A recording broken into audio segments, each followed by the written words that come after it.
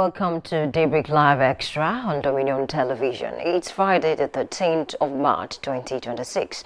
Thank you for starting your morning with us. I'm Oluwayemi Adelakun. And I'm Anuluapo Ido.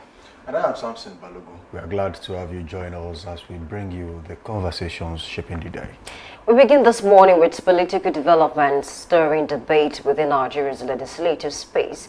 Tension has reportedly risen in the Senate following the defection of Senators Yinaya Abaribe, Aminu Tambuwa Eriti Kingibe, and several others to the African Democratic Congress, ADC, a move that could reshape alignment and political calculations ahead of future electoral contest.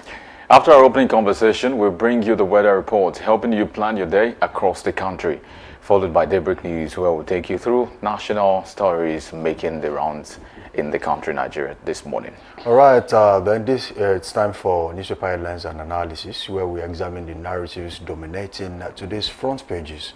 And joining us for that conversation is Lekon Shubowale, a seasoned journalist and public affairs analyst who will help us unpack the issues shaping public discourse this morning. Then later on the program, we turn to our big story, rules of the game. Does the new Electoral Act tilt the field toward the ruling party? It's the question that continues to spark debate across the political landscape. To help us examine the legal and political implications, we'll be joined by Honorable Omolaja Olaoye, APC chieftain and public affairs analyst. And as always, we'll wrap up with Trend Watch, where we track conversations and development capturing public attention across social and civic spaces. Of course, this is Daybreak Live Extra on Dominion Television. Stay with us. Please stay with us. Good morning to you people. Good morning. Great people in the house. Really nice to be back here. Yeah. Friday. Like Yemi will always do. She's been craving for a Friday show since Monday. And I wonder how different she is from Nigerian politicians who were craving for 2027 and 2025. This is Thursday, actually, yesterday, on Monday. Okay. Well then, we are back here. And we must talk about alignment and realignment on the floor of the Red Chamber. We saw some senators moving from one political party to the other yesterday. And as expected, more senators are leaving the PDP and joining other political parties. And we must also say some left the Labour Party to also join ADC, just like some from the PDP did. And most notably, Senator Eriti Kingibe has left the People's Democratic Party, the PDP, to join the ADC. Yinaya Abaribe, who has been one of the most vocal senators in Nigeria, also dumped his political party to join the ADC. Now, the only option that is left, aside from the PDP, and you don't want to join the APC, for me, in Nigeria is the ADC. And obviously, 10 senators. That says a lot about how urgent this new electoral act has made some people act and react to things in the country politically. And you don't want to be in a corner where there will be no option to run when things have finally dawned on you that you have stayed too long in a party that might likely not field a candidate in any political position come 2027. PDP, for example, if the battle between Nyesom Wike of the FCT, former governor of Rivers State, and the executive governor of Oyo State, His Excellency Engineer Abiodun Oluwaseun, continues the way it is going. Some people say it is becoming more of a personal beef between Nyesom Wike and Seyi Makinde of Oyo State, but I don't want to think so. I think it is politically motivated. They have two different opinions, and the alignment doesn't really align at this time. Let me put it that way. Nyesom Wike has boldly said he's working with the APC. Whatever it is you want to say, I want to align with the APC. So, more or less like even if the PDP has a candidate, he's still going to work against that candidate and then pitch his tent with the APC. And Seyi Makinde and Bala Mohammed, who are the only two surviving senators in the PDP, if I want to use that expression, are saying, look, we should field a candidate and fight till the end. Even if the PDP won't win the election, at least we must give up a good fight. But then, as it stands, we are seeing more people leaving the party. Does that spell doom for PDP as a national political party in Nigeria? It's a big question this morning. Right, it's a big question. And even before this whole massive defection, a lot of persons felt at the time that PDP is dead. And so it depends on, people who stood, feel like PDP is still alive. So it's really sad that at the time, about 9 senators, decided to defect to the ADC. And then maybe that's why some persons decided to roll their eyes to say, why all of you moving to the ADC? Because, I mean, we have people from PDP, from Labour Party, and from ABGA. And then I think the others, they don't even cost so much, opera, compared to Abaribe, Senator Abaribe Inaya. And then I think his case is a little bit, delicate, because he was asked a question, the deputy, speaker asked him a question to say that, if at all you want to defect from ABGA to ADC, it must be on the basis that, okay, there is internal crisis in Afghan, not just at the local level, it must be at the national level, and that's when it can count. Because there was a case of, Ifedayo Abigudi at the time that, he cited internal crisis in his party too. Labour Party at that time, but the court ruled that that cannot count because the crisis was at the local level, so he lost his seat because of that. So they are now telling Abaribe that you will lose your seat because why? There's no crisis in ABGA compared to the likes of Senator Eriti that defected from the Labour Party. It's obvious. That will make it right. So it's obvious to so many that we have factions in Labour Party. Talk about the likes of Abure and Nadi Usman, and even for PDP is even obvious to the blind that they are going through a lot as a political party. So they are saying you can either defect if there is a national crisis, or if your party decided to merge with another political party. But then any of this is not the case with Abaribe. But he now said the party expelled him last year September.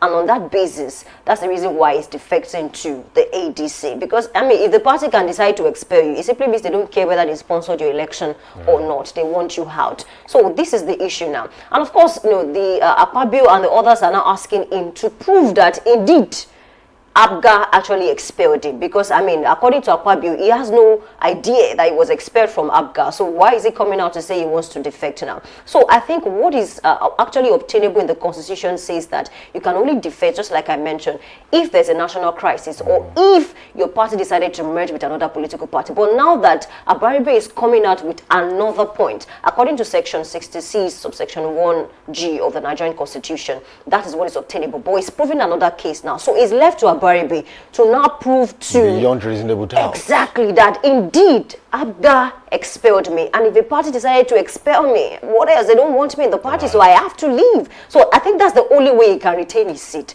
because I mentioned the case, even Tambu at the time left his party, and then he was able to retain his seat. Even Akpabio that we are speaking about, he left PDP in 2018, and then he cited internal crisis. Even that crisis at that time was not even national. It was at the state level. But then they didn't challenge him. The court didn't challenge him, and of course he retained his seat. But now that they are challenging Abaribe, no one cared to exactly. But Abaribe is vocal in the house. We all know Abaribe. If he doesn't like it, he will speak up and things like that. Maybe that's why. So he's left to Abaribe to now prove his case, to say, okay, other persons have defected, based on certain issues. So I also want to defect. So if he can prove that he was expelled, I think there might be a window to allow him to keep his seat. I guess I'm just going to come in from the angle of maybe a bit of history now. Maybe the question would be, is ADC a new party? Not exactly. It was created in 2005, which makes a lot of sense, because we understand even the coalition of the APC was around 2013 or so. Maybe we should consider the ADC a party that was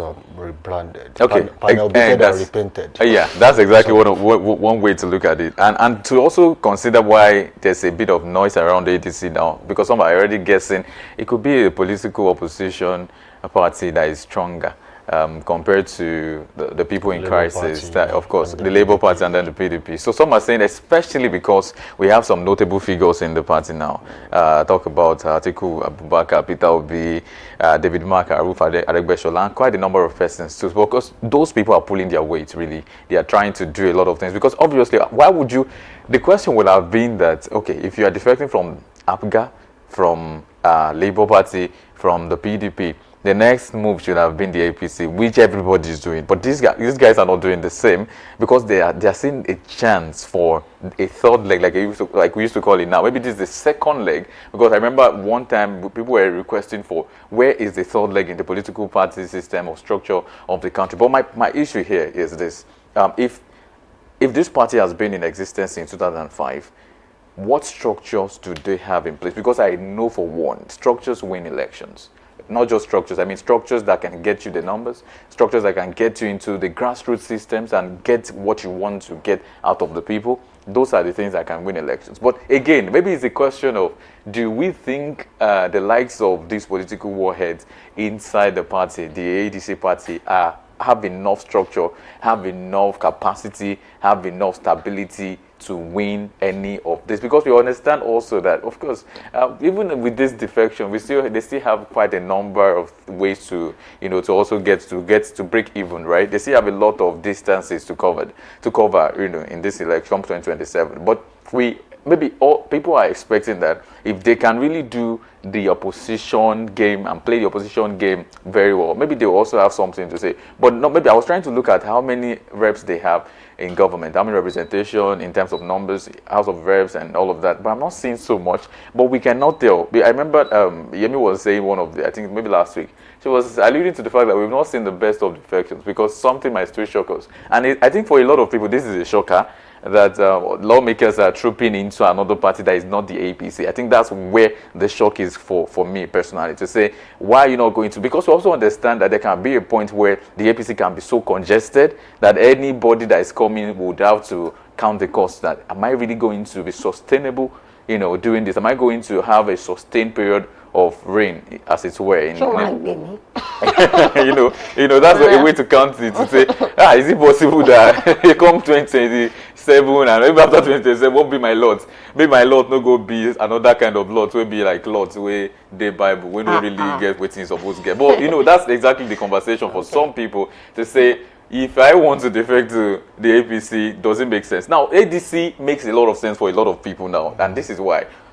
It is less structured in a sense. It is less populated in a sense. So you can always come and say, this is what I want. You can cherry pick and say, may I want this position, may I want that position, because there's so much to go for, especially for big guys that are coming into the party. So you understand they are big political warlords, so they can pull weight. So they say, give me this party, so I can come to. So there's a bargain. They can make a very profitable bargain, productive bargain coming into the ADC. But for the APC, it might not be so like that, because if you say you want something that the president has already given to somebody, it might be a big deal eventually. So I guess this is one of the ways we can also look at it, to say people are trooping in because they see this as a way to even get more chances to rule and to really acknowledge, to activate whatever they want to activate. I think, yes, the ADC is gaining ground, but I don't think they have enough as we speak. I think there's still a long way to go to catch up with the APC, provided the APC remains as solid as it is right now, and there's no internal implosion anywhere.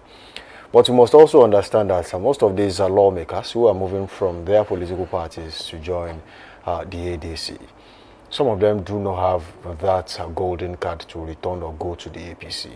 Just like you mentioned, what's the chances? What are the chances that there will be a negotiation that favors them come 2027? One of the things you will tell them when you are moving to the political party, I want to return to this office, I want this particular office. So there's negotiation here and there, and then they determine, you can come, and then there is room for you to actually take this or take that. But if you look at the APC right now, everywhere is filled up. Okay, whoever comes into the APC comes in on the basis of the fact that, let's fight for this, and then let's see what will happen at the end of the day, because you are definitely going to go into that party meeting some big wigs who are also vying for the same position that you are vying for. And you might just now likely have the weight to actually stand them within their party. You might win that election outside, but within the party, you don't have what it takes to get that election, done in there. Away from there, let's now take a look at some of these senators and lawmakers who have had issues with the APC, and they do not necessarily have the golden card to go to the APC. And if we talk about Senator Yinaya Baribe, he has been one of the most vocal on the floor of the House, who has spoken out about the APC and of course the leadership of Senator Godswill Akpabio, and he was one of those who stood for Nnamdi Kanu at the time against the government of the day, the APC at the time under President Muhammadu Buhari, now that of President Bola Ahmed Tinubu, and that says a lot about how much of a clash he has had with them, and might just be some sort of irreconcilable differences in there that might not be able to solve. Away from there, Aminu Waziri Tambuwal, if you want to mention one of the names that started the progressive movement, I don't want to say started the progressive movement, but joined at a point and of course made an immediate impact will be Aminu Tambua of from Sokoto State. He's a former Sokoto State governor, he's senator, he was on the floor of the House before now, House of Representatives, and then you see what he's been able to do. But then there was a time there was a clash, and then he's been able to speak out and frequently criticize the APC administration, especially on economic and governance issues. Right now, I don't think he has what it takes to, he might just have what it takes, but he doesn't have that relationship to say, I'm going into the APC. Don't forget that even before he joined the ADC, and the people of Sokoto State, especially that of the ADC in the Sokoto State, got to know that he was coming to the party. Some people revolted and said they don't want Tambua in their political party. There must be a reason for that. And if the ADC say, maybe it might not be all of them, maybe a few of them say they don't want Tambua in their party, you can imagine what will happen when it says it's going to the APC. So a lot of problems in there to be solved, and then it might just not be ready to go through that long bureaucracy to say I want to join that political party. Senator Ireti Kingibe, a vocal one, who has also clashed with Nyesom Wike of the Federal Capital Territory. And as it stands, the only party Nyesom Wike does not have a hand in the FCT right now might just be the ADC. Right, because he doesn't have a relationship with them, but he has fraternized with the APC and the PDP at one point or the other in the FCT. And if Ireti Kingibe wants to return to the floor of the House, he might just want to do away with Nyesom Wike, because I don't think the battle between these two will end anytime soon. I think there was a time someone called Ireti Kingibe a particular name and said Nyesom Wike's husband, something like that, and he was quite furious about someone saying that, and he lashed out too. So that might just be a problem. Another person, the fourth one, is Victor Ume. I won't flog that too much, but he's a former APGA leader, okay, before he moved from his political party. There's something about members of APGA. At one point or the other, I think some of them have actually said, look, there's never a time I'm leaving this political party. And eventually they did. Peter Obi, for example, in fact, he swore on national television that he was never going to leave the political party, and if he does, let this happen, let that happen, and he kept saying a lot of things. And that is the same Peter Obi that has moved from the APGA as a political party and joined the Labour Party, and joined, of course, from APGA to PDP, from PDP to Labour Party, and from Labour Party to ADC. So if we want to talk about people who cross carpet at will and with no break at whatsoever, you can call Peter Obi one of the journeyman politicians in Nigeria. But that's where we are. It is still some of his loyalists that will say, well, some people are not loyal to their political parties. They are moving from one party to the other. I think we should get something straight in Nigeria. We should get it right. And what I think we should be doing is, whatever affects you as a person, okay, you don't accuse other people of it. If you want to say you are a serial cross-carpeter, we agree. But how about you? Okay, we should not now pin that on one person because that person has moved. So someone like Peter Obi does not have the effrontery to now call Atiku a serial cross-carpeter because they are now the same. Atiku has moved from one party to the other. Yes, he was in the SDP, PDP to ACN at the time, ACN back to PDP to ADC. He's moved a lot of times. But then, what is he looking for? The golden ticket. He wants to contest and win an election. Unfortunately, he has contested and lost. Will this be his chance, or will this be another loss for Atiku even from the primary level? Let's see what will happen to the ADC. But as they are moving, let them understand the fact that there might still likely be an internal implosion. Okay, because you are meeting some people. We call some people the aborigines. Okay, they are the original owners of the party. You met them in there. And once you come, you are definitely going to do point and kill. I want that, I want this, I want that. But when it doesn't work and they say, oh, we cannot give you this, you can as well manage this, and then the crisis erupts, what will happen to the party in the long run? Because as it stands, I do not consider the PDP a major opposition force in Nigeria because the PDP is fragmented, and of course it has disintegrated in the last few years. We now have two major factions, but in there, we still have some factions that have not surfaced. Just let it go the way they don't like, and you see what will happen to them. You see them being vocal. But in the long run, let's see how the ADC can maneuver and be able to stay firm in the in the face of the storm, just like the APC has done in the last, let's say, 12 years or thereabout. The PDP ruled for 16 years. Will the APC be able to get a fair share of the cake and say we also did 16 years and see what will happen after that? All right, so speaking of the ADC, I think it's a peculiar party and a very important. I think ADC shares certain similarities with the Labour Party of 2023, not this current Labour Party, honestly. Because, I mean, I read that, currently ADC, has been able to snatch the dominant opposition party from the PDP. PDP as it stands now, I think they have about 7, lawmakers now, compared to the ADC that I think they have about 9 now. So I think they are getting that right. I mean, it's a good one for them. But then speaking about defection, I still, stand, and I want to mention that, there are still some defections that will happen within the APC, because it happens every single time we draw closer to the general elections, especially presidential elections. I want to believe that, looking at the APC as it stands now, is expanding.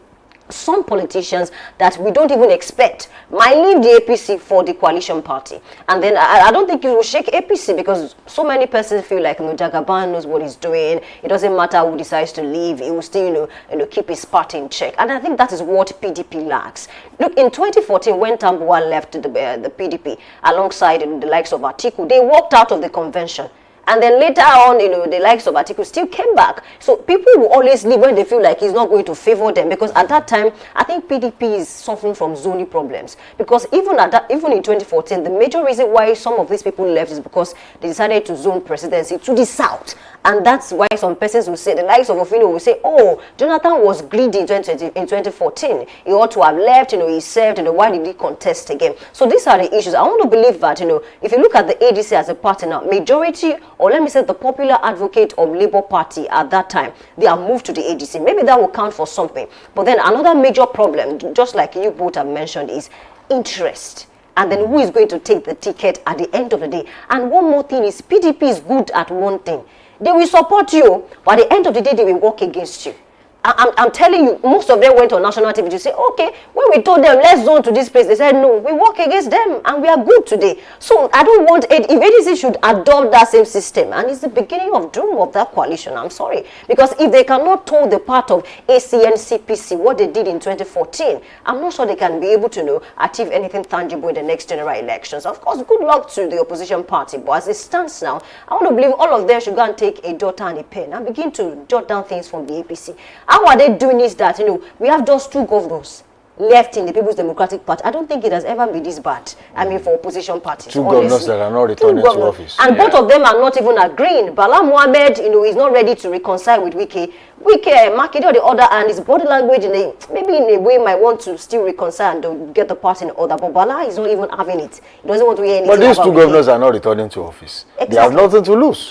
Anyway. Bala Mohammed has been the minister of the FCT. He was a sitting lawmaker in Nigeria. He's seen it all. So whatever it is you are doing, anybody that is really serious, anybody that is serious with their political ambitions in Nigeria should not really align with these 2, because they have absolutely nothing. It's just bad for PDP. 2 governors left, and if care is not taken, who says Makinde cannot defect? You can say 2 big governors. Makinde can even defect tomorrow. Anyway. And they'll be left with just Bala Mohammed. I also think one game changer in all of this is what INEC has come to say, especially with the time frame. Now, by April 23 and May 30, primaries are supposed to be conducted, and this is one of the things this is where we will know who really is serious. Right. Because if you don't get your primaries by this time, the INEC as a body, there's a lot of things that can come from that. You understand the implication of if you don't get your house in order, if you don't get your primaries done by that time, and it's just this is March.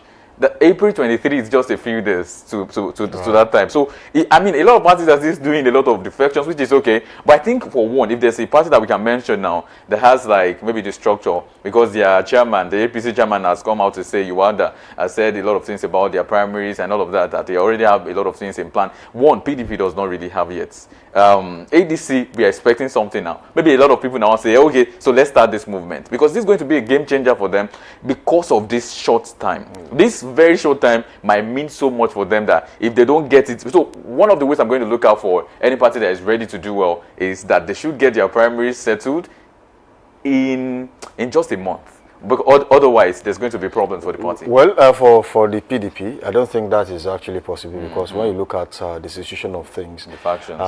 there are too many factions. There are parallel congresses and conventions being muted, and of course some are being done at this time. The court even ruled that they should settle out of court at this point.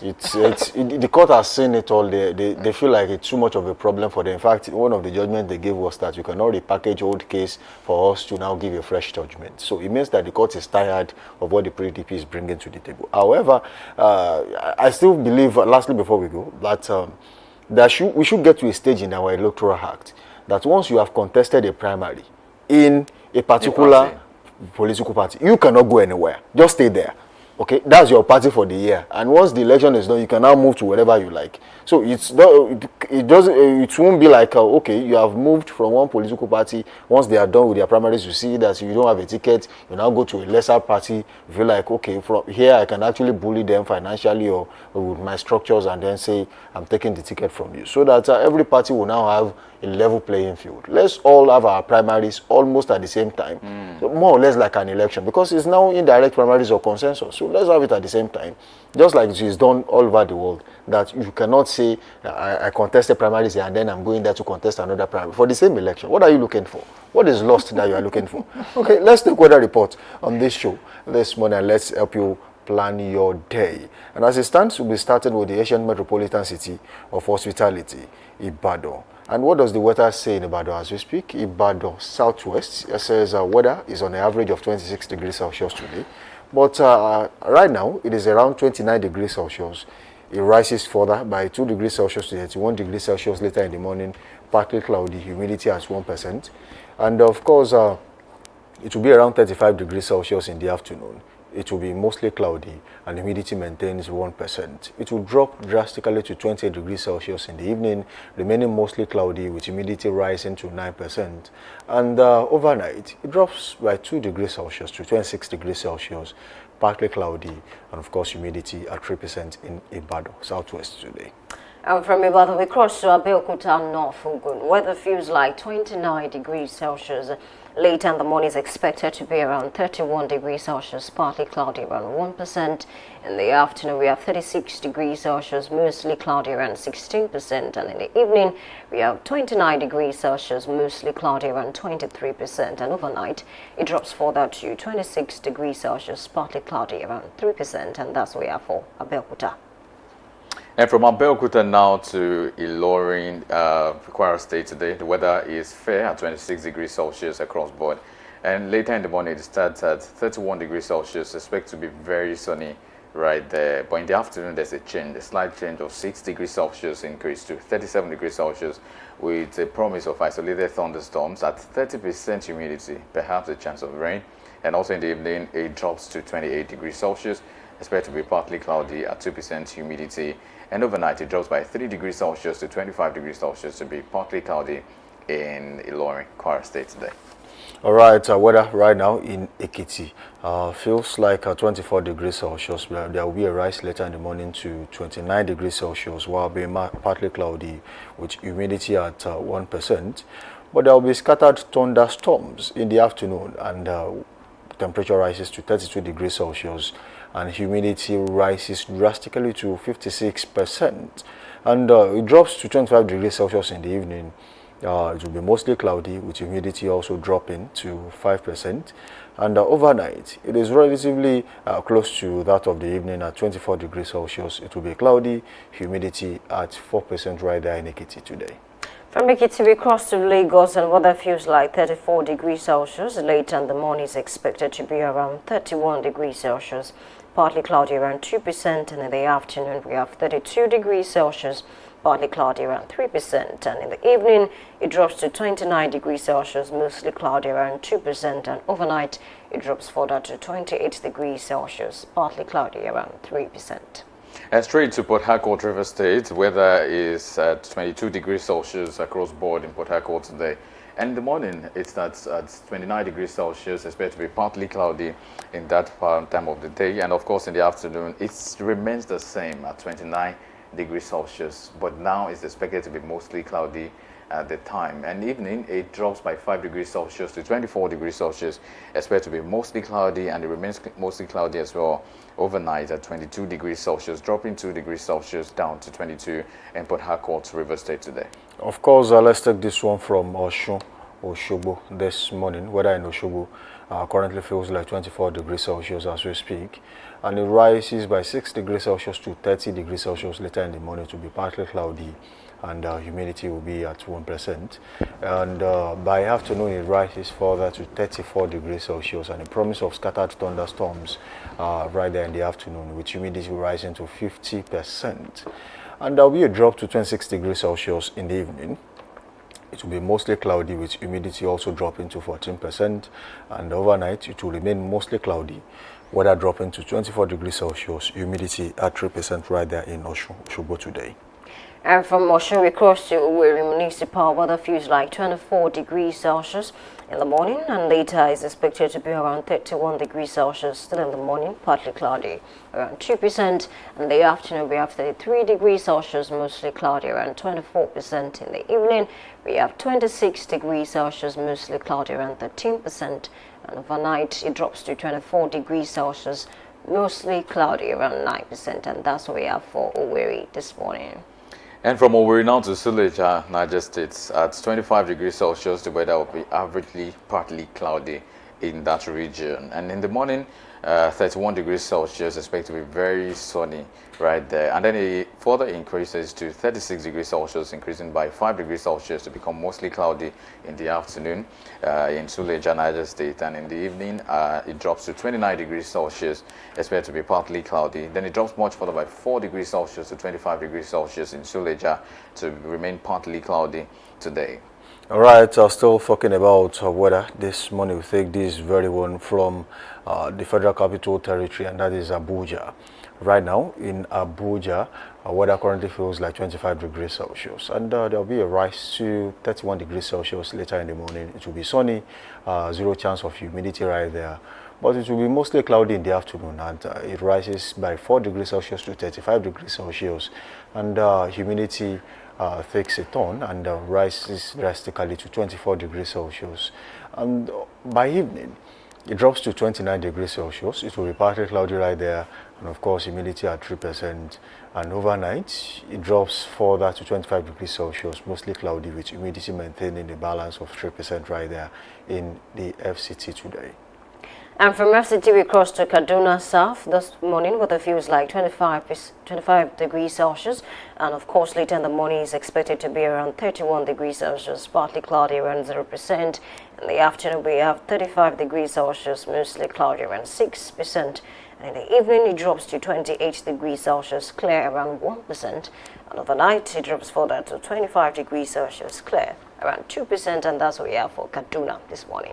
And from Kaduna, lastly, to Kano Municipal today, the weather will be cloudy at 25 degrees Celsius across board, and in the morning it starts at 34 degrees Celsius, expected to be mostly cloudy still. Then it rises by 5 degrees Celsius, which is the difference across today, to become 39 degrees Celsius, mostly cloudy, and then a further drop from about 9 degrees Celsius significantly in the evening to become 30 degrees Celsius, and the weather will remain clear. And to remain partly cloudy overnight, dropping 5 degrees Celsius again to 25 degrees Celsius in Kano Municipal, Kano State today. All right, I think that will be all we can take on weather report this morning. So thank you for being a part of the show so far. Do also link up with us on all socials: Facebook, Instagram, and TikTok at Dominion Broadcast, and on X, finally Twitter at Dominion Cast. You can watch us live on our website at www.dominion.org.ng. Do also subscribe to our YouTube channel at Dominion Broadcast, and on Facebook at Dominion Broadcast Television. All right, drop your comment there. We'll take them on this show. We now go on a quick break, and when we return, we'll take you on through the news. We'll be back.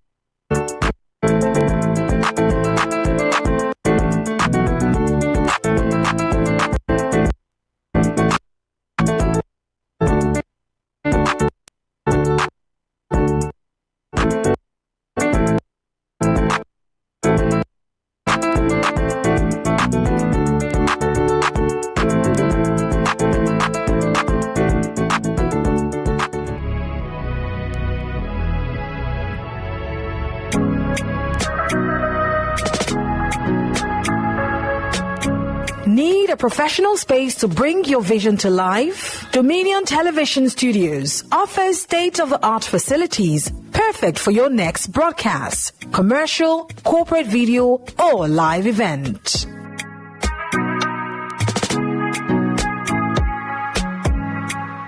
With flexible rental options, cutting-edge equipment, and a supportive team, we provide the perfect environment for high-quality productions.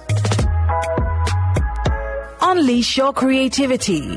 For bookings, email us at marketing@dominion.org.ng.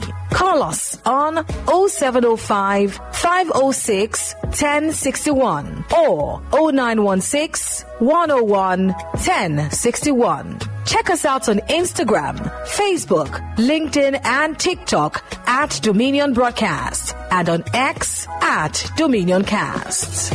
Book your space today. Dominion Television, your channel of choice.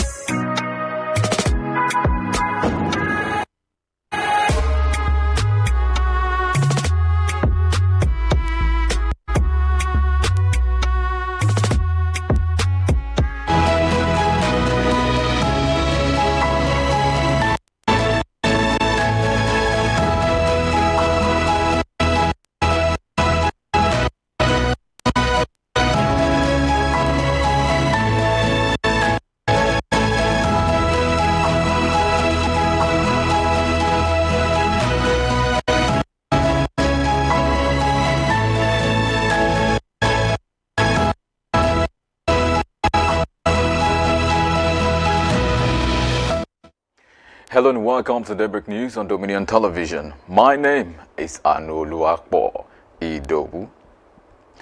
President Bola Tinubu has stated that his emergence as Nigeria's president was part of a divine plan, reiterating his commitment to good governance, adherence to the rule of law, and the preservation of democratic values in the country. The president spoke at the presidential villa in Abuja during an interfaith tour where he hosted members of the National Working Committee of the All Progressives Congress, APC, alongside leaders of the Inter-Party Advisory Council, IPAC. In a statement released by his spokesperson, Bayo Ononuga, the president emphasized the importance of strengthening electoral institutions, processes, and systems across political parties. He also advocated for the adoption of direct primaries, saying the system would allow party members to participate more actively in choosing candidates for various political offices.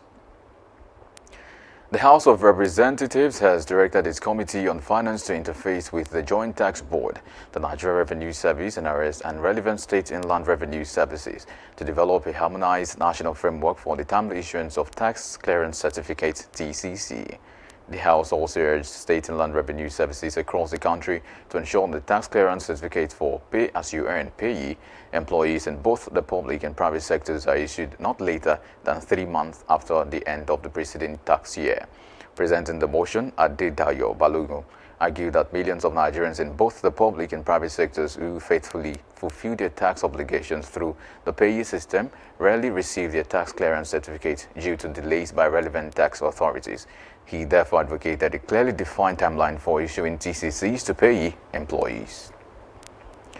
The Federal Road Safety Corps, FRSC, has reiterated the need for stricter enforcement of traffic regulations and increased public awareness to reduce road crashes and traffic disruptions.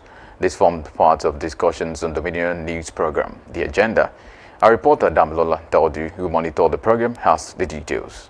During the program, the Chief Route Commander of the Federal Road Safety Corps in Oyo State, Busayo Oluwashola Ebenezer, explained that human factors account for about 80 to 90% of road crashes, noting that many accidents are preventable when drivers observe basic safety measures. According to him, mechanical faults, environmental factors, and reckless driving behaviors such as speeding, drunk driving, and the use of mobile phones while driving often contribute to road accidents. Yeah, we trying to sensitize our road users on a daily basis so that at least by the time they understand what they need to do, they will stop violating road traffic rules. The Chief Route Commander further explained that one of the initiatives adopted by the Corps is the early morning cry, where officers visit motor parks as early as 6 a.m. to educate drivers and passengers on safety precautions before traveling. He revealed that the Corps also conduct breathalyzer tests during patrols to detect drivers who may be under the influence of alcohol. Drivers found above the acceptable alcohol limits are prevented from continuing their journey to ensure the safety of other road users. We tell them what they need to put in place in their vehicle, what they need to do early in the morning, how to prepare for their journey. And we talk about use of seat belts, use of phone while driving. So by the time I know they've had it all, and I believe by the time they see us on the road, they will understand that these are the things that they are not supposed to do. Addressing concerns about commercial driving carrying 2 passengers in the front seat, he maintained that such practices violate the approved passenger capacity and offenders are penalized when apprehended. He further urged passengers to support enforcement efforts by reporting on safe driving practices, stressing that the road safety is a collective responsibility. Motorists have also been advised to obey traffic rules, avoid overloading, and ensure their vehicles are roadworthy in order to reduce crashes and promote safer roads. Damilola Daudu reporting for Dominion News. Meanwhile, no fewer than 5 persons were rescued alive while 3 bodies were recovered by the Oyo State Fire Services Agency after a passenger bus plunged into the Ario River along Amuloko Road in Ibadan. The chairman of the agency, Maruf Akinwande, confirmed the incident in a statement made available to journalists in Ibadan, attributing the cause of the accident to reckless driving and advised motorists to always drive carefully and observe road safety rules to avoid unnecessary accidents. Akinwande also appreciated the support of the Oyo State Road Transport Management Agency, Onara Division, and the chairman of Onara Local Government, Glorious Temitope, during the rescue operation.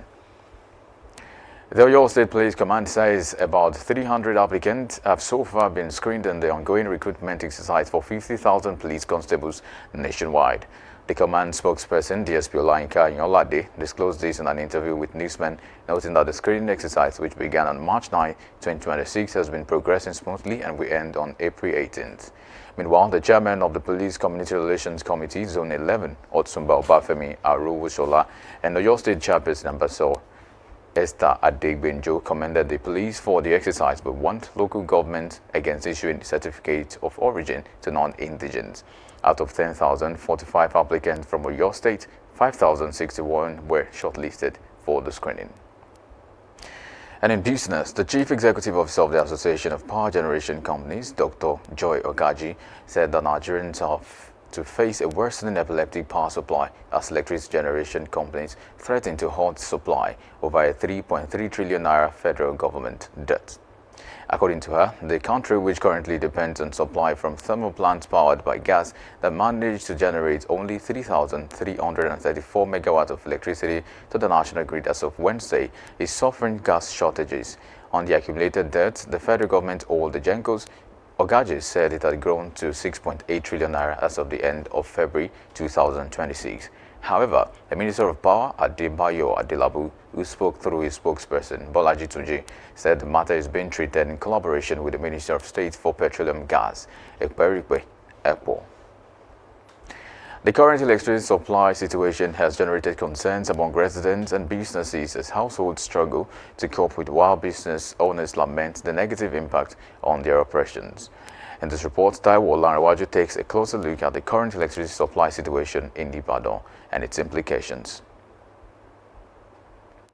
Situation within the service areas of the Ibadan Electricity Distribution Company, IBDC, has continued to raise concerns among residents, businesses and other electricity consumers. Reports indicate that power supply across several communities under the IBEDC network has remained unstable, with many areas experiencing prolonged outages and irregular electricity distribution.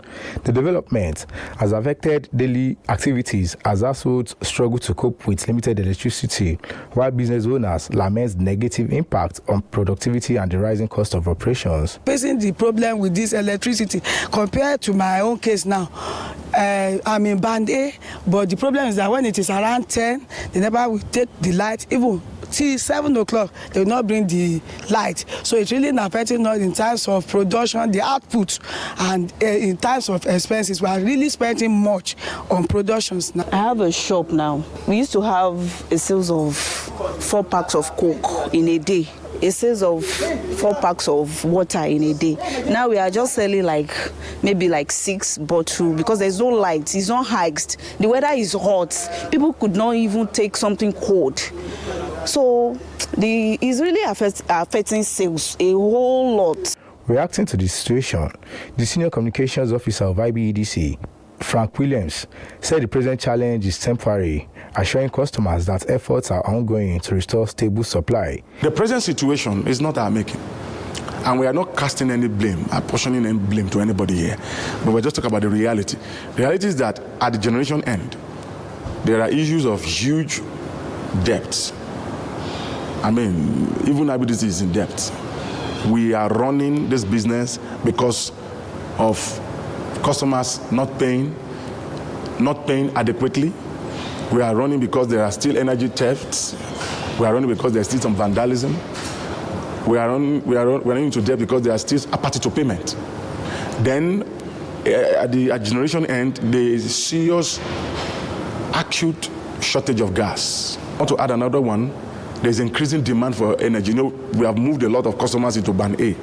And as a Band A customers, you are entitled to enjoy a minimum of 20-hour power supply. We should not allow the present challenge to overwhelm, leading to chaos.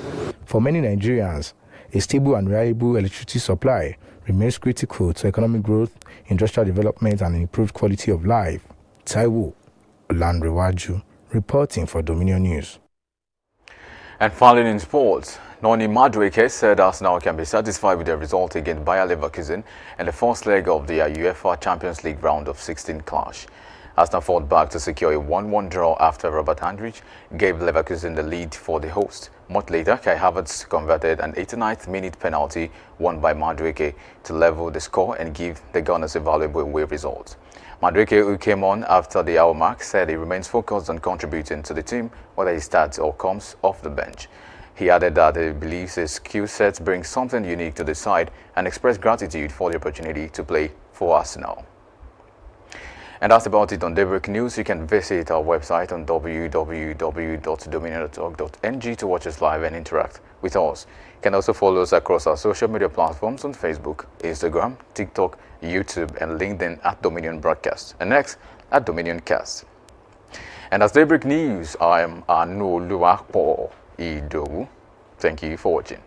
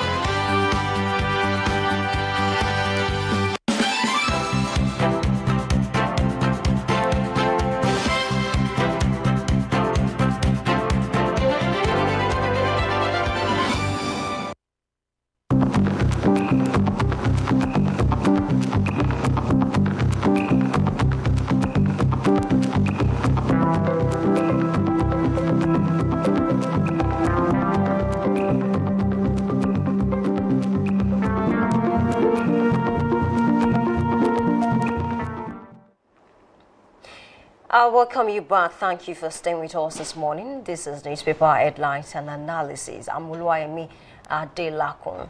This morning we have quite a number of headlines to talk about. We start with Vanguard newspaper, and I have the banner headline that says Middle East war, anxiety mounts as oil price $800 per barrel. And of course that headline has its riders. Depot owners, marketers maintain 1,200, 1,300 per litre. Downstream undergoing structural transition. And of course a Strait of Hormuz will remain closed, says Iran supreme leader in first message. Infrastructure under attack, output drops to 1.315 million BPD. That's coming from OPEC. It appears that the war in Iran and of course that concerns Israel and the United States is causing the entire world, a big problem because most of these countries have to buy at a higher price, and the real issue here is that we cannot tell when this war will come to an end. We don't hope that this will come to an end as soon as possible so that the prices can go back to normal. Not like even the initial prices were fair on some certain countries, but then it was still better compared to 1213 that's the filling stations are selling as we speak right now. It's even intense in Ibadan because most of the bike men, the cab men, they've increased their prices because of the increase in price. Away from that headline, let's take a look at this one that says 2027, Obi, Atiku, Amechi working together to stop APC. That's coming from ADC. I think it's a good one. And of course, this morning we discussed the fact that about 9 senators decided to defect to the ADC. And of course, ADC is saying Obi, Atiku, and Amechi are working to stop APC and of course take over power come 2027. Is that realistic? I want to believe that APC will not sit back and watch ADC take over power. So they're going to slug it out come 2027. And away from that headline, let's also check this one that says troops recapture Borno community, kill terrorist commander, 19 others in Yobe attack. And there's a particular headline I'm going to touch on the Nation newspaper this morning where the president is saying, oh, we are doing a lot and of course we are seeing the result. But it appears that that is not happening in certain areas in Nigeria because we are still seeing the killings and of course the abductions here and there. And I think it's a lot and something must be done as soon as possible. And away from that headline, let's check this one that says that federal government okays new military hardware as troops intensify anti-terror war. Still talking about insecurity in Nigeria. We also have this one that says Tinubu to politicians bow to rule of law on electoral act. He has this rider. Defense signing amid IPAC pushback. I had no choice. Don't forget that when the president signed his electoral act, it was not up to 24 hours. And then a lot of persons criticized that move to say, why should you sign this? It's not even up to 24 hours. We have, pages upon pages, and then you just signed it. You didn't even check with INEC. You didn't check with the finance minister to see if there's something that we can afford. Speaking about the budget, you didn't look at these things before you just decided to sign. And the president said, I signed this because I don't want to throw the country into chaos. I don't want to cause unrest, amongst the people. And then he also said that because the majority of the lawmakers, agreed with the electoral act, he felt there was no other reason for him not to sign it. But Nigerians are still complaining and they don't want that proviso of manual transmission. They want electronic transmission real time. But then the electoral act has been signed and then we just want to hope that it's going to favor, the elections, come 2027. And away from that headline, let's also check this one that says Abaribe, Ume Tambuwai, Reti, Kingibe, 5 senators defect to the ADC. APC now 87 senators. That's massive. ADC we have ADC, no, not ADC now, ADC 9 senators, PDP 6, NNPP 1, and NDC 1. I think that's something to talk about because ADC, have been able to snatch that, dominant opposition party from the PDP, and PDP is left with 6, ADC 9, and APC 87 senators. And away from that headline, let's check this one that says eligibility court bars Ayedatiwa from seeking re-election in 2028. Don't forget that the election that brought him in as governor was done in 2024, and of course he took over from his boss when he passed. I'm talking about Rotimi Akeredolu, and he completed the term of his boss, and of course contested again and won the election. There's something peculiar about Ondo State. It was intense, especially the primaries. A lot of persons looked out for who is going to clinch the ticket, and of course Aiyedatiwa got it. But now the court is saying you cannot contest again as governor. And I think, it's something that we should discuss. I mean, maybe some other time when we have an analyst in the house to discuss that with me. And away from that, let's cross from the Vanguard to the Nation. I have this headline that says, anti-terrorism war, Tinubu beefs up military equipment and new strategies are working.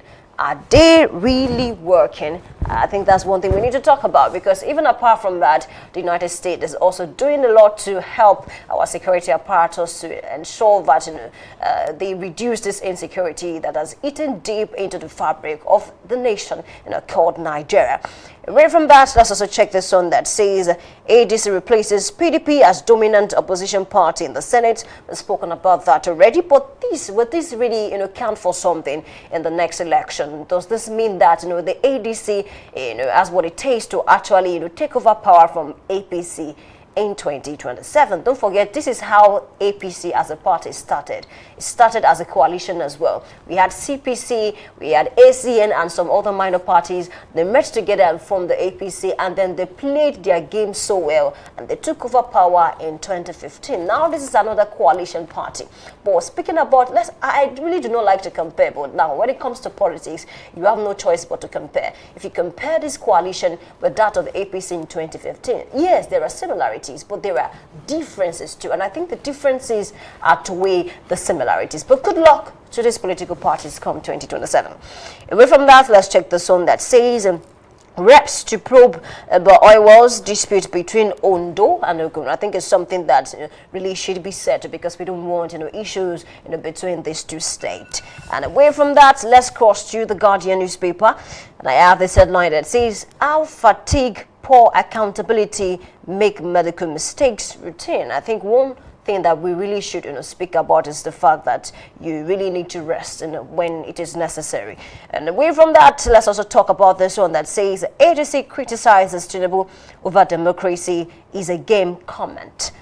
Because I mean, the president said something recently, and he's saying democracy is a game, and ADC is saying, why should the president, say that? And away from that, we cross to this headline that says defections, 9 senators, 12 reps dump parties. Of course, we've discussed that, and just like I've been saying in the last few weeks, we've not seen the best of defections, yet. Let's take a look at this headline that says ICPC gets not to analyze electronic devices seized from RFI's residents. I really don't know when we'll come to an end of this case, speaking about RFI and of course the ICPC. It was detained about a few weeks ago, and of course it spent weeks in the custody of the ICPC, and even recently they had to extend the initial 14 days to another 14 days so that they can get to the bottom of this matter. And away from that, I have this one that says Sowore leads free Nnamdi Kanu protest in Abia, fault military presence. I watched the video and I saw that Sowore said something. He said, we want Nnamdi Kanu to celebrate this coming Easter with us. We want him released. Don't forget that he was transferred to the Sokoto Correctional Center, and then even tried to move from Sokoto because of the unrest in that particular area, but he was not granted, he was not allowed to move. And then I think they're still on the matter. Some persons are saying, okay, maybe the federal government should just grant him pardon and release him, and because he's learned his lesson, he's not going to do certain things that he did back before he was actually detained. But good luck to Nnamdi Kanu. Whether he's going to be released based on pardon or maybe through another means, we really cannot say about now. And away from that, we cross to the headline that says court bars Aiyedatiwa from seeking another term in 2028. I think we've been able to resolve that. And away from that, let's check this headline that says Tinubu approves new military hardware, reviews anti-terrorism strategy. But then, looking at this new hardware, the new strategies, are they working?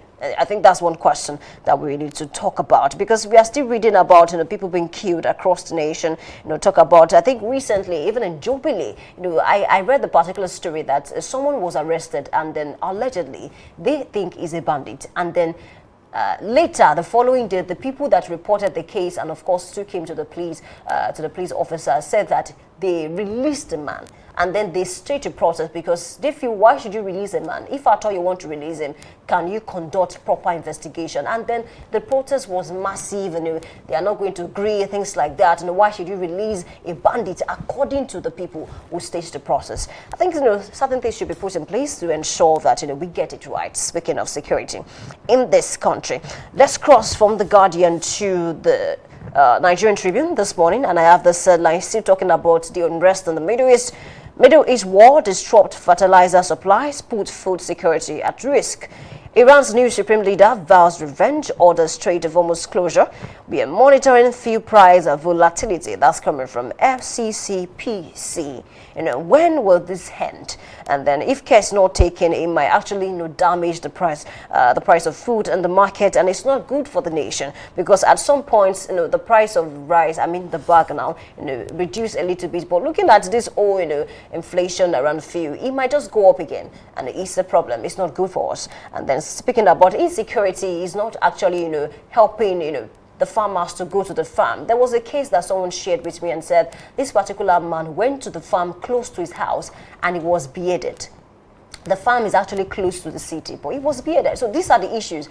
Most farmers have left their farms, relocated to other areas because of insecurity. Because some of them will say, it's better I find another job to do than die.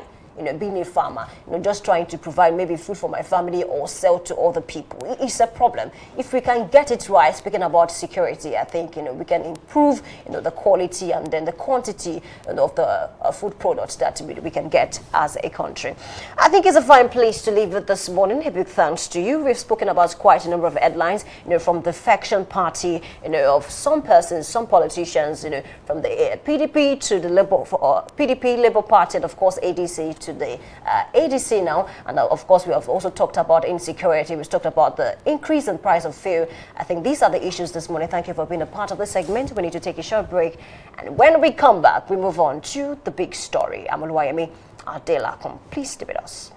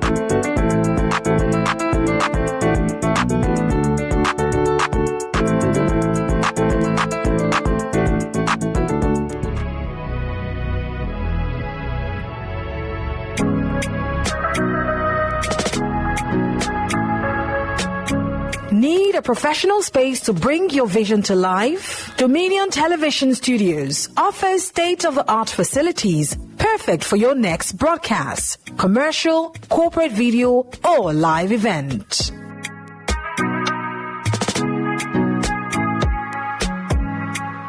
With flexible rental options, cutting-edge equipment, and a supportive team, we provide the perfect environment for high-quality productions.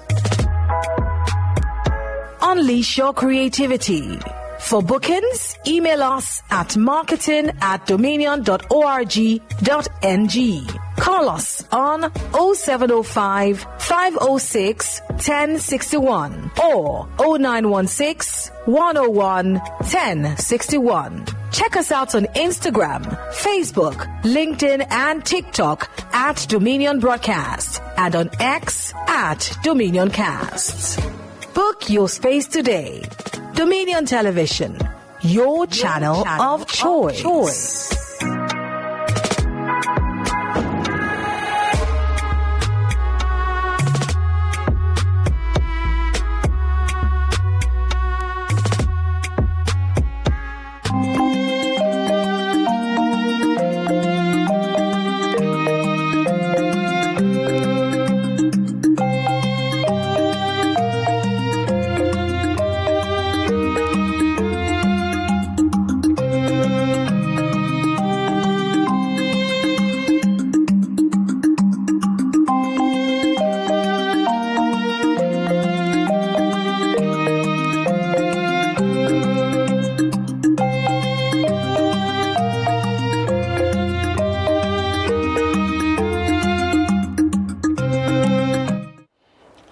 A beautiful morning to you and welcome to the big story on the program where we break down the major political and governance issues shaping Nigeria today.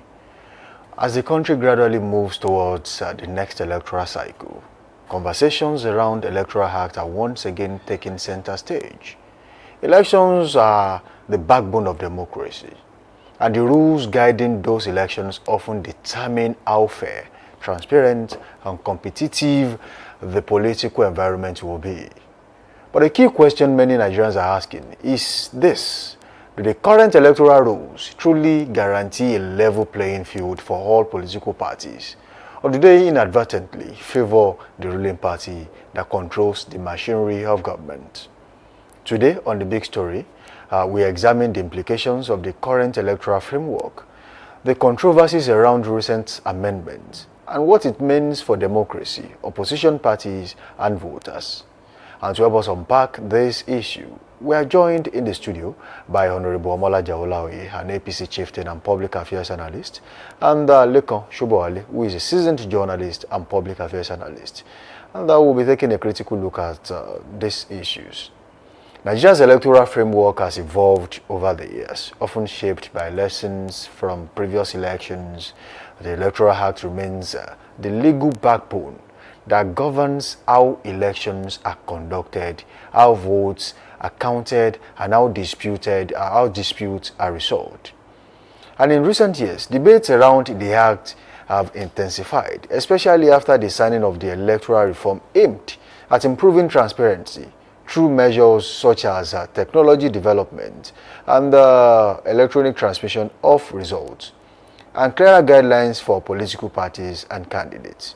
However, critics argue that despite these improvements, certain provisions as well as the political environment surrounding elections may still give advantages to ruling parties at both federal and state levels.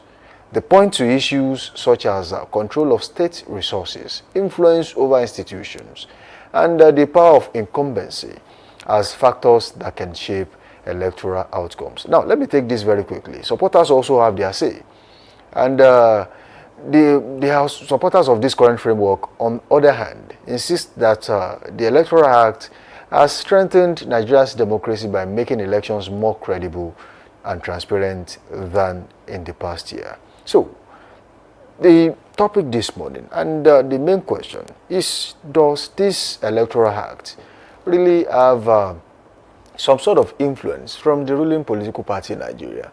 And what does the defection of some lawmakers in Nigeria, what does it mean for what this election is all about? And that's what we'll be discussing basically on the show this morning. I have with me two gentlemen, a journalist and of course a politician. So we'll be looking at it from different perspectives this morning. Honorable Omolaja Oloye, good to have you in the studio.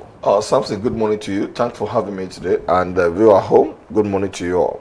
And Lekon Shubowale, good to have you once again. It's been a while, actually. It's been a while, we thank God. It's hustling and looking around for stories, and we are moving gradually into the political season.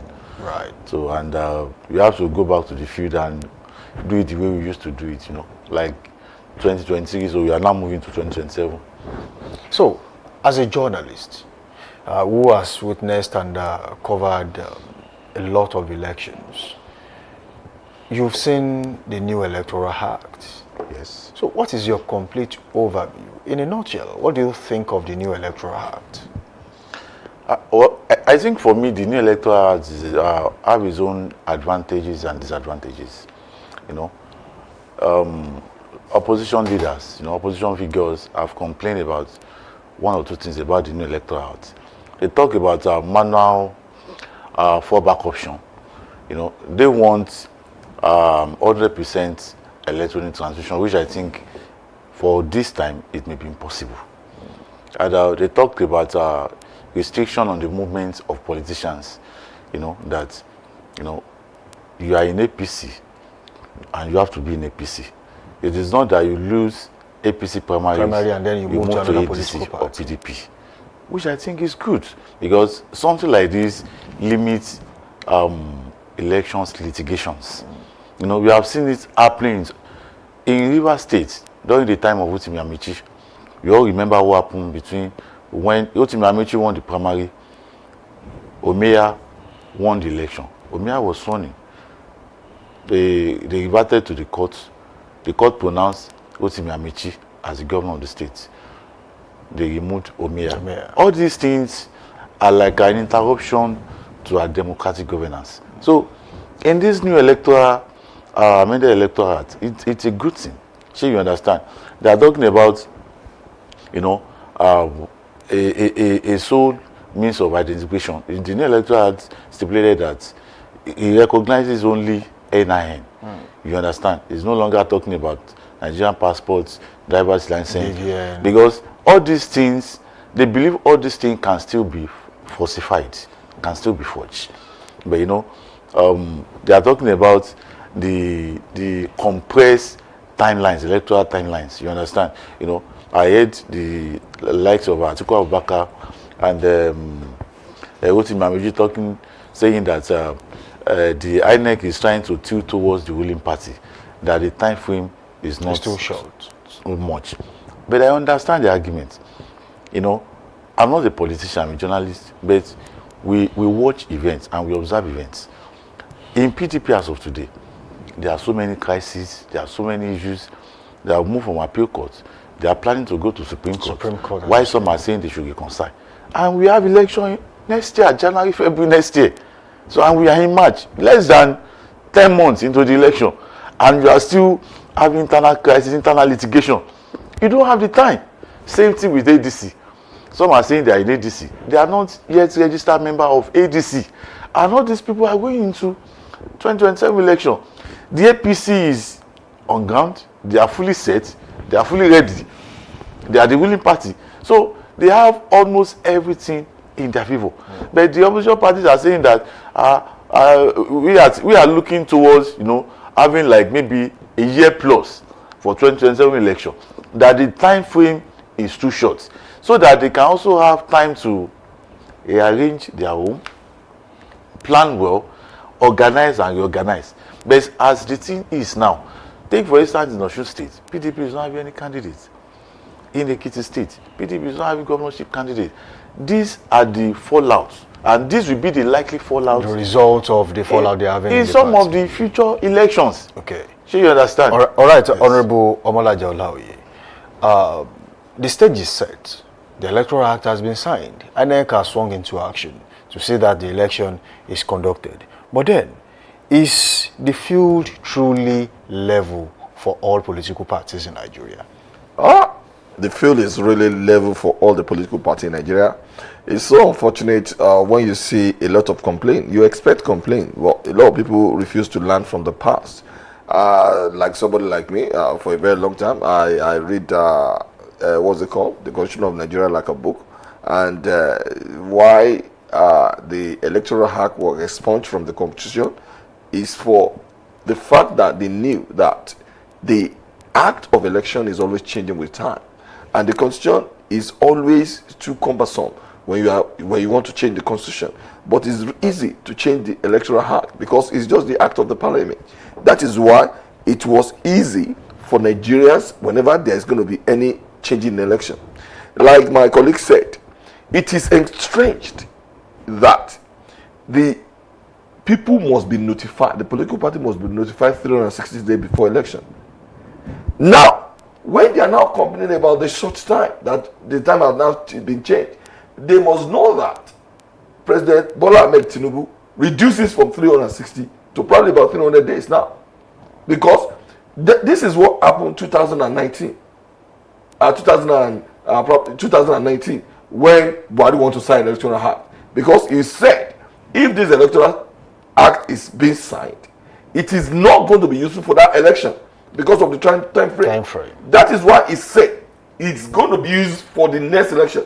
And there was a lot of dispute because the opposition party want him to sign it. And if he sign it, there is going to be litigation. So that is what he tried to maintain. That is why he said. But now, it's changed from 360 to probably about 300 days, 300 plus days. So, it is so sad again that they refuse to learn from this man. He always prepared. When you are talking about the direct election, not indirect, he has been using it in Lagos State for a very long time. Now, they don't know what they are going to do. The only concentration about the opposition is about transmission of election. Some say the power of incumbency might be... It is not about power of incumbency. He was saying it that what applicable to APC, it is what applicable to ADC or any other political party. It is not the law that is made for ADC or the law that is made for APC. Because the law is for us all. When INEC now bring out the timetable, that is when they knew that the time is too short for them to register. And before, the ADC was saying that they have registered not less than 20 million people. Now they are not complaining because when you want to register for a political party, they've learned because of the last time Labour Party, there was litigation about OB registration in the Labour Party, whereby one of the Labour Party took him to court. Now they are now they compulsory that it must be dated, well registered. That is why HENA has to be there, like he said. Now they need to now reverse back to start the registration again because they know they have cooked the book. This is not the time for you to cook the book. And what always surprises is that when it is then in Constitution of 1999 that if any member cannot be a registered member of two political parties, it is entrenched in the Constitution, and you are liable to be jailed, not option of fine. But then now there is an option of fine, 10 million naira. 10 million naira, yes. Are you going to a poor man when you cannot even get 50,000, 20,000? It is not. Yes, they are targeting the big ones. The big ones, and if you have been fined, it is going to reflect in your book that you have cooked it. So for you to have break the law by register into political party, you know it's not right. So look now that politicians do not have the luxury of moving from one political party to the other after the primary elections. So what does this mean for the political juggernaut in Nigeria? Does it mean that they will be left with no choice than to work with the candidates of choice from the political party? Well, for me, I like it. I don't want to say I love it because number one, it brings sanity into our democratic government. Is it going to reduce litigation? Of course, just like I gave you an example now. You know, it's going to reduce litigation. It will bring sanity. It will bring decency into our political party. It will even help INEC in whatever they want to do. It will help them to plan well. You know, almost after elections, you hear a lot of election petitions, elections litigations. But with this, someone that has lost his primary in APC will not have an option to go to ADC. We now have an option to go to their court party. See, in the United States of America, we have the major political party, the Democratic and the Republican. You know, in America, there are some politicians that they are known with Republican. There are some politicians that are known with Democrats. But in Nigeria, we are all here now. You know some high-profile politicians that have moved since 1999 till now. They have moved from one political party to another more than 10 times. This never makes sense.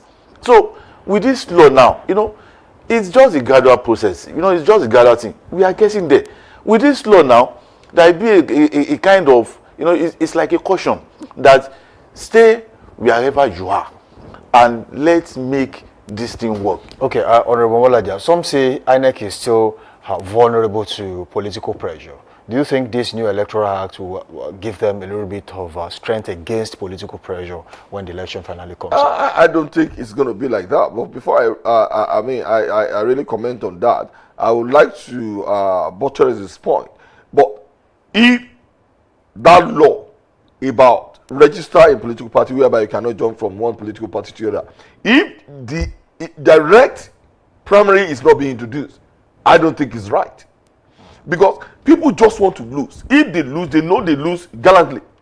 But a situation that we are going to use delegates. See what happened in 2022, 2023 when you are talking about APC. Some people cooked the book. And when those other contestants knew that this is not fair, they have to jump the ship, which is right. But that was when Bayo Adelabu left. Exactly. He left for a purpose.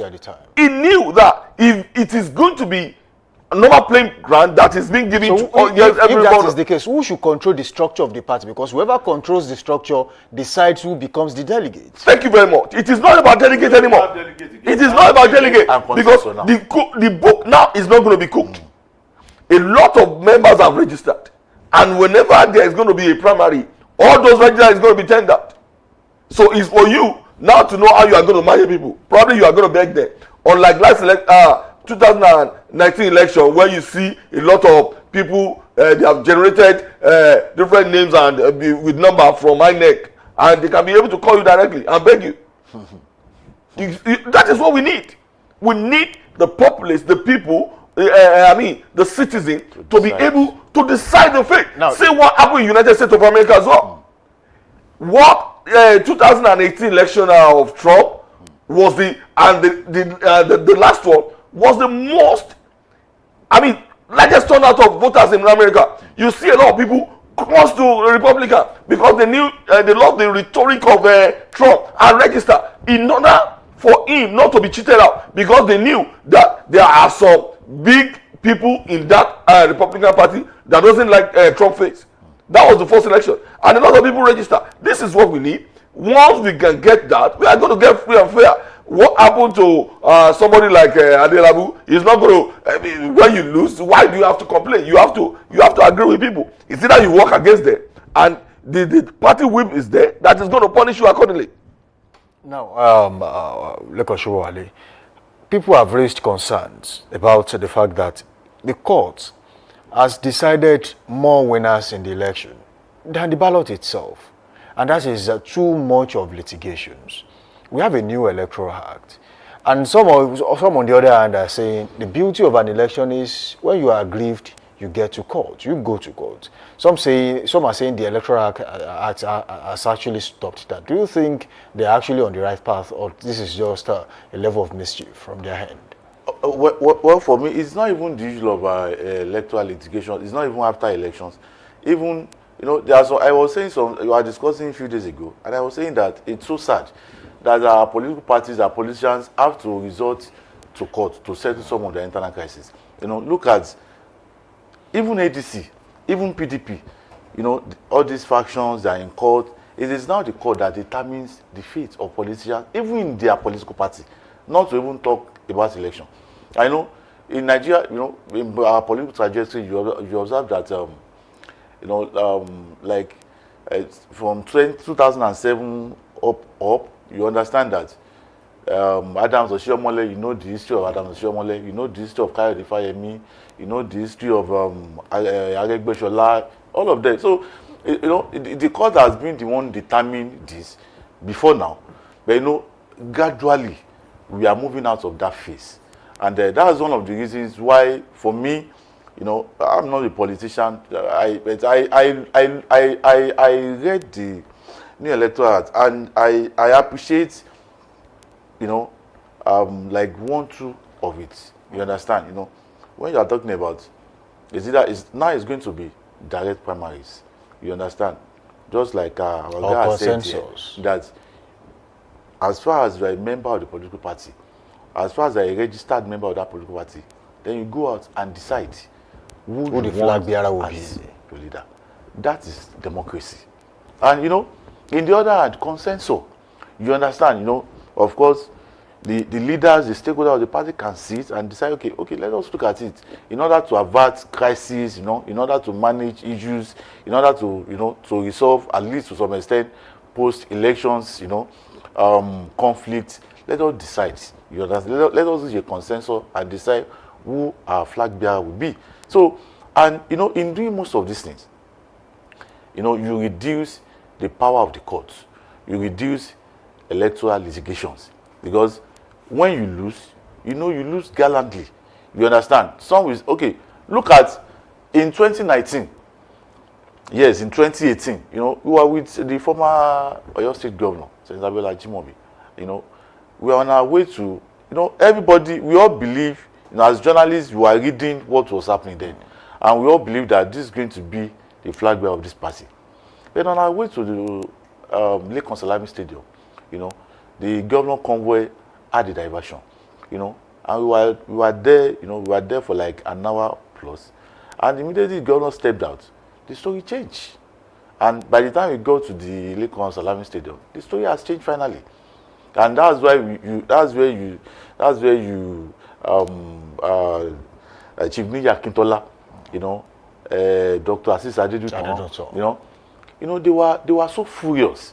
Nija Akintola was saying that if he has lost gallantly during that primaries, he will just accept his fate and move on. You understand? So for this now, you know, such a thing can never happen again. You know, because the people that discussed, the people that spoke to our former governor, they are not political stakeholders. They were elders. They were leaders of the land.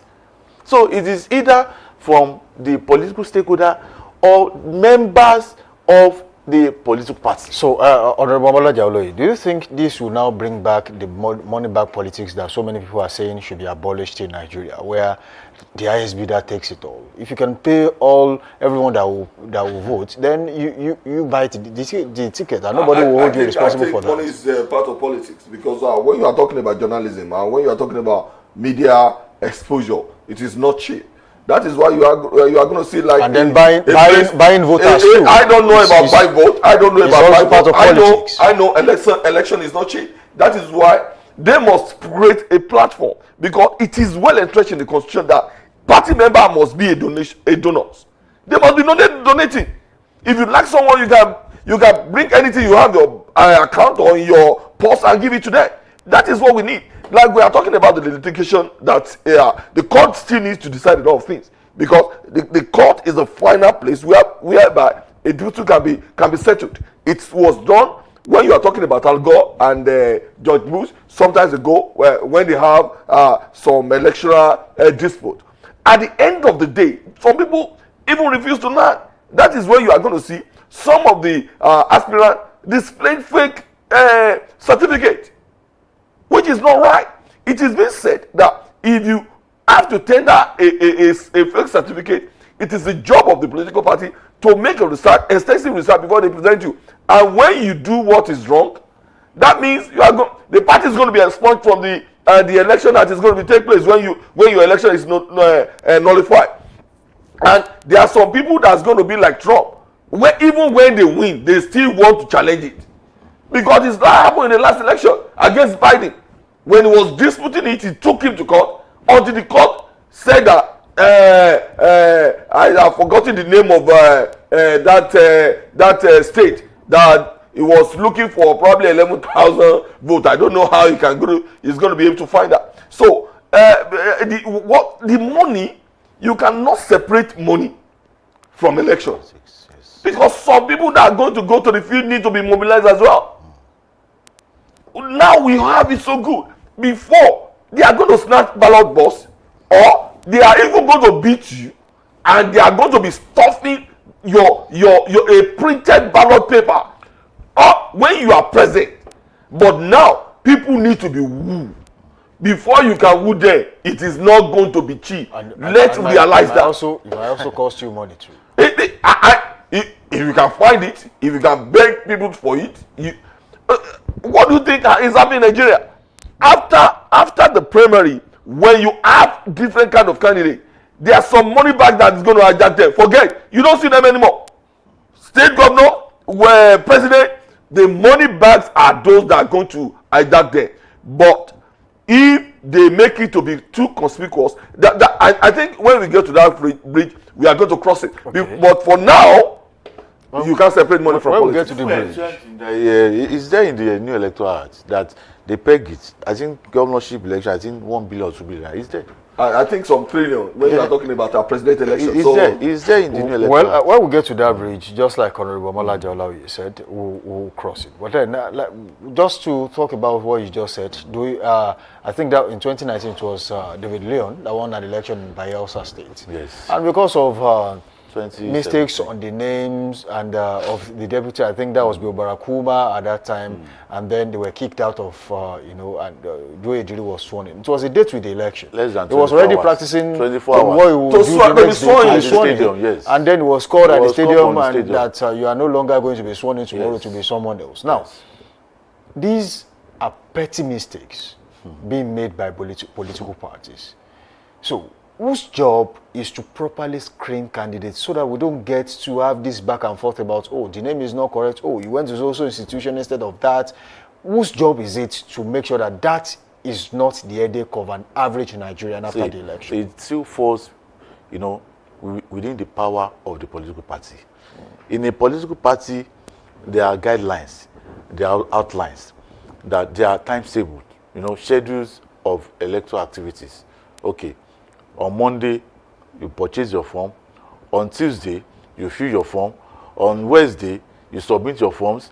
After that, we have screening committee within the political party. And what is the job of the screening committee is to look at all the documents, all the credentials, where you see, some forms of, when you do something that you don't understand, you call the person to order and you allow them to make amendment or corrections. You understand? You have appeal committee of a political party, even during the exercise. These are measures, these are mechanisms, the internal mechanism of a particular political party to make sure that its candidates are in good stead. But the funny part of it is that sometimes some of the political parties, because of maybe friendship, maybe because of loyalty, maybe like our guy said, money exchange hands, they just feel that they can overlook it. And when you overlook some of these things, you give an opportunity to the opposition. You understand? To find, politics is all about. And sometimes it's even within the party. Of course, within the party, politics is all about looking at the loopholes. Lacuna. You understand? Then you take it to court. Okay, just before we leave the show this morning, as a journalist, from a vantage position as a journalist that has monitored and seen so many elections and covered so many elections, where do you see the biggest gap in the new electoral act? Yes, where I observe the biggest gap is that of direct primaries and consensus. The reason is this. Number one, direct primaries, just like our guy said, it involves a large numbers of party members, and that is where the issue of money comes in.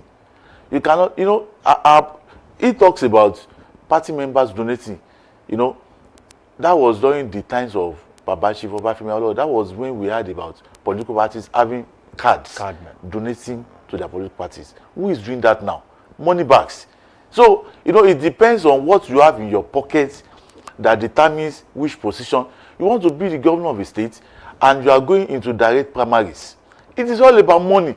Even talking about consensus. You know, our political parties have been so corrupted now that you know, you have 50 stakeholders and they are going on consensus, then you have to be going to the houses one by one. Maybe you have to win like 35 of them, and that's not going to be, it's not going to be so easy. You know, I've followed aspirants to meetings and some stuff, and what they be asking them is, how much do you have? Do you think you have this amount of money? Do you think you can prosecute it? It's all about money. So that is the major, you know, that is where what can we do? You know, direct primaries, consensus, you know, it's all about, see, when you play down the power of money in politics, then you see genuine leaders, you see real leaders emerging from that process. Okay. But for now, do we have that? There's still a gap. Okay, Honorable Omolaje Olaoye, you want to comment on that?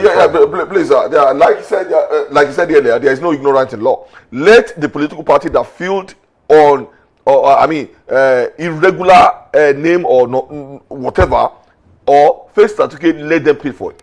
APC has been the victim. Then in Lagos State, I think one for Honorable around Badagry or this and that, the others should be able to learn. When you have a dispersing lead, you cannot collect any money in bank. Your name should be Omolaja Olaoye. It's not going to be Omolaja Olaoye. Everything must be done perfectly well. Anybody that doesn't do it, let him be penalized. And again, when you are talking about Takalawa in the north, you must romance with people. Celebrate, do bad day, do anything and call them for feast.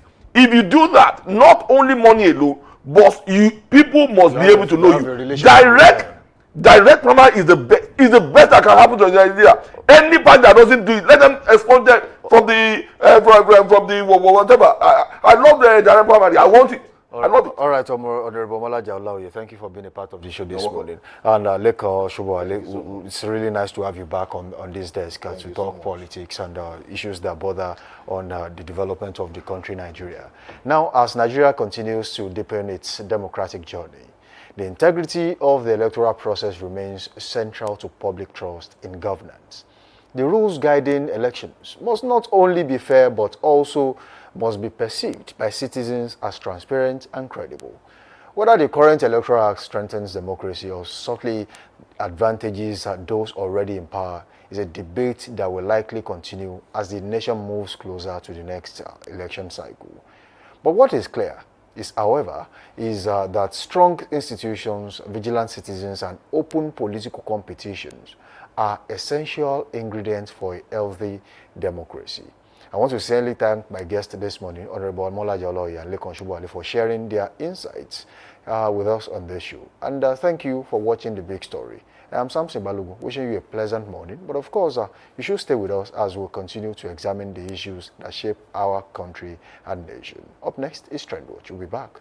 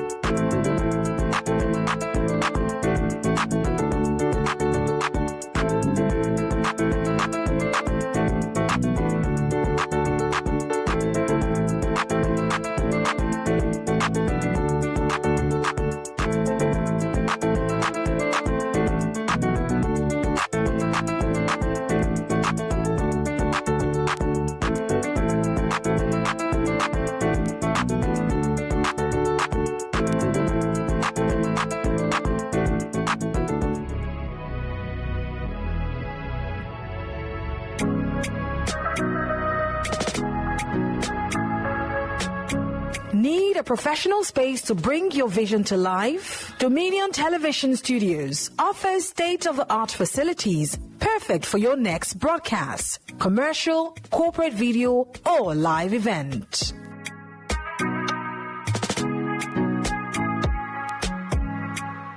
With flexible rental options, cutting-edge equipment, and a supportive team, we provide the perfect environment for high-quality productions. Unleash your creativity.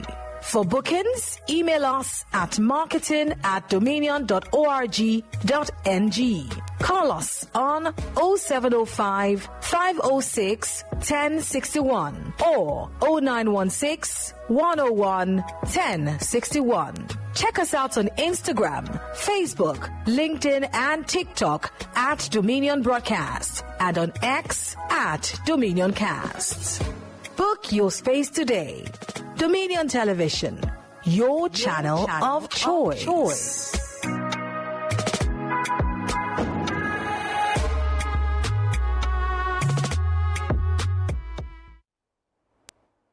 Thank you for staying with us, and of course now to Trend Watch to see what's making the rounds, what's trending across the country. Of course, the big story is Tinubu meets military chiefs as fresh Boko Haram attacks claim 3 commanding officers. Sources familiar with the development said the discussions focused largely on the worsening security situation in parts of the country, especially the surge in attacks targeting military formations and personnel. So I think that's exactly a good way to start the conversation, because now it has moved from what it used to be to maybe territories, now to individuals, to personnel, to there's something called decapitation. Decapitation is like targeting the head of a place and bringing it down. So that's one of the, and why, you might want to ask, why are they doing this? It's just to down the morale of the security architecture or the security personnel in the country. Because if you have been able to kill my boss, I'm scared. How did you get that? But that's another question. We're talking about the fact that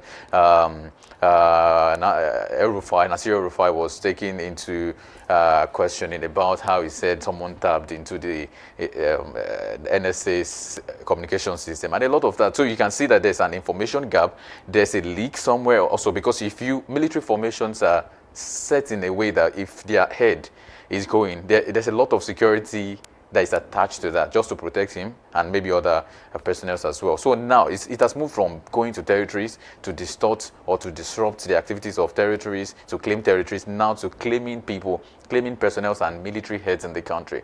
And this is exactly the case. But now we have the president has called for this is the first one ever since Tunji Disu came on board, right? So this is like the first meeting they're having with the service chiefs to say we have to do something. But here we are, Samson and Hemi.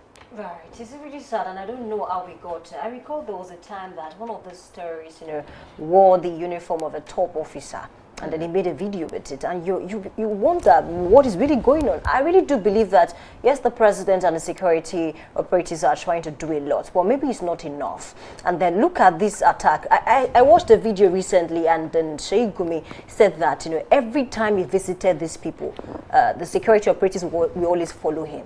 So they know where they are. So if they follow him, he doesn't go alone. So what is really going on? It means these people, they know where they are. They know where they can find them. Maybe they are not just ready, to just take them up just yet. And then one more thing is the fact that there was a time in this country that they said they will also release the list of people that are sponsoring terrorism. Maybe they will release it this evening, because maybe it's something that is not even possible at all. So I believe that whenever it is we want to solve insecurity, we know what to do. Maybe I believe that we know what to do, because these attacks, you can trace it. Even countries that are not as developed as Nigeria, they can solve all of these issues. And then we need to be more proactive. Just the last one before I go, there was a time that a particular community, the bandits said, we are coming. And then they actually went there, and then they slaughtered people. They gave notice. So imagine, even there are some cases where they don't give notice. So they gave notice, they carried out what they wanted to carry out, and then the security operatives did not respond until about 24 hours later, when they were done with whatever it is that they wanted to do at that place. So it's really sad, and I don't know how we got here. Really. You see, unfortunately, the government's body language towards security and insecurity in the country emboldens ardent criminals in the country to feel like, well, if some people have done that and nothing happened, we can also do this. And I just want to say this morning, that too many Nigerians are tired of hearing that there's an emergency security meeting going on somewhere with the president or whether with the governor of any state. Because eventually what will happen? More people will still be killed, they'll be slaughtered. And we have more or less turned people's lives to statistics, numbers. They are more or less like just figures on the pages of the newspaper and nothing more. And these are fathers, these are mothers, these are children, these are grandfathers and grandmothers who would have still been here if the government had done what they should have done in the first place, which is to provide security and, of course, secure the lives and properties of the people, which for me is no rocket science unless the government is not willing to do anything. We have seen too many people die in the course of saving the country. But should we really wait until the time where you really give an order to a military formation to go to a particular place and they feel like we are not going because we know we are not coming back from there? I mean, it's getting there already. We have seen people who have actually been charged with mutiny because they failed to take out some instruction. I could remember a few years ago, some military personnel in Nigeria turned against their commander, and of course they shot a vehicle, almost killed him, because probably they felt like he was more or less like a snitch who's been giving information out, and then there has been ambush here and there. And when you feel like there's no alternative, you resort to self-help. And should we get to that stage where the military will now resort to self-help? We cannot afford to get there. And I think the president is watching and listening to all these things. Now, we are not just saying this as analyst or host of a show. We are saying this as Nigerians whose brothers and sisters are also in the military, who could lose their lives at any time. And there will be a burden and a pain to people like us too, because we are family members in there. And we cannot afford to continue to watch them lose their friends or lose their colleagues, which of course eventually to get to them, because when your colleagues die, you will be the ones to be moved in the next in line to go to the battlefield. So we don't want that. Let's take some comments and check the pulse of the people this morning. I think Imelda says, this one says, it's really concerning to see how Boko Haram attacks are affecting our country. Our government must continue to cooperate with our military leaders to combat these terrorist organizations. I mean, it's a lot actually. I mean, people are saying, people will continue to just blame the government, but who are also the people who are, if you are funding terrorism, what exactly do you stand to gain? It's a big one, actually, and it's tiring. Right, and of course another comment is coming from Zalman. It's just for the photo ops, nothing special. Sarauto says, them just go for AC chilling. Oh, them just go for AC chilling, Wi-Fi blazing, and Shayi steaming. I think that Shayi is meant to be or something else, but that is in an eye service. That's tea, having a cup of coffee. Okay. Exactly. Well, we have to go. Our time is fast spent spent on the show. We say thank you for being a part of the show from Monday through to Friday. And of course, you can join us again next week for another fresh, engaging, and interesting edition of Daybreak Library here on Dominion Television from Monday to Friday, 7 a.m. to 9 a.m. on this style. Samson Balogun is mine, and as I always say when I leave, if you see something, say something. Security is everybody's business because it's coming back to your table if you fail to do something at this time. Bye for now. All right, my name is Oluwayemi Adela. Continue to join us on Monday, and this one is for the security and operatives. Let's be more proactive than reactive. Thank you, and bye for now. And also be security conscious wherever you are. If you see something, say something. My name is Anulu Akwedu, and bye for now.